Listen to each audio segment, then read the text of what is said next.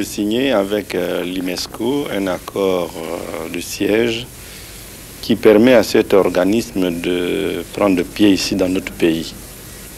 Et l'UNESCO est une institution de nos amis, nos frères américains.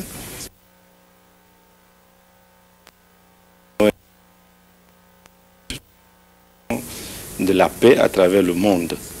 Et qui dit paix dit également développement. C'est un peu le sens de cette signature d'accord de siège que l'UNESCO a introduite auprès de nos services depuis longtemps, et aujourd'hui, avec M. Weston, c'est une bonne occasion qui nous a offerte pour réaliser cet accord de siège.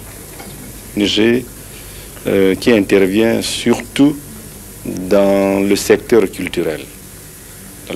Links between Africans in the Congo and Africans in America and throughout the diaspora.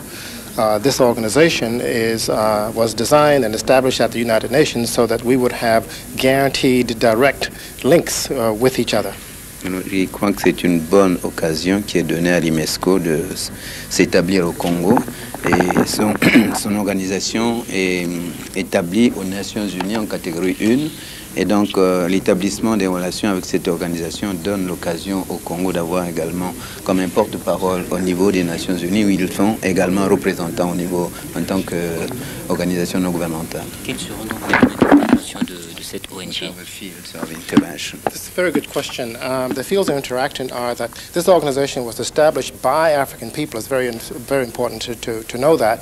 Myself, as the chairman of the organization, it was established specifically to assist indigenous people, such as the ones we have here in Congo, to go into business and to make business links with Africans outside so that we can trade and direct. Cette organisation a été mise en place par des Africains américains, c'est-à-dire des Noirs aux États-Unis, et ils interviennent dans plusieurs domaines, y compris les minerais, le pétrole, dans beaucoup de domaines.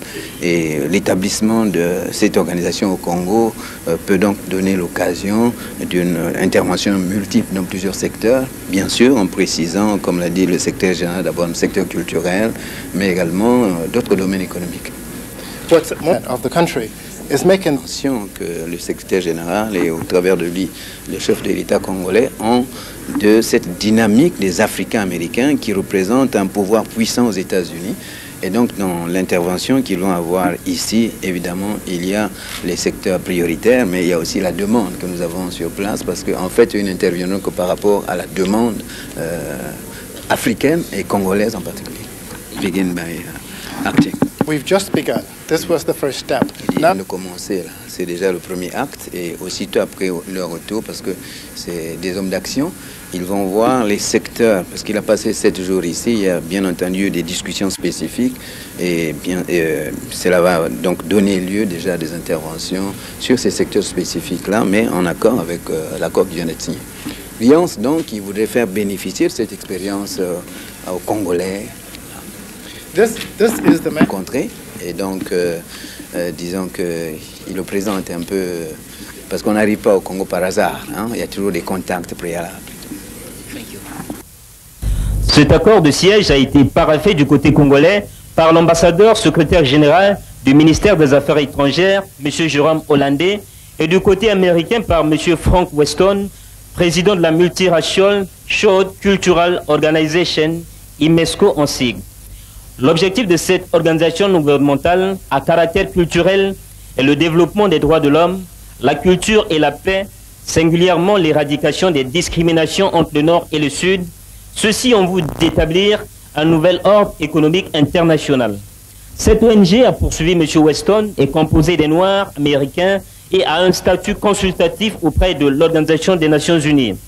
Son installation au Congo, plus particulièrement à Brazzaville, a un rôle aussi capital car elle pourrait faire bénéficier aux Congolais leur expérience. Hormis le côté culturel, l'ONG américaine a également un pied dans les secteurs dynamiques de l'économie nationale, tels les minerais et le pétrole, représentés ici par la société Ameri.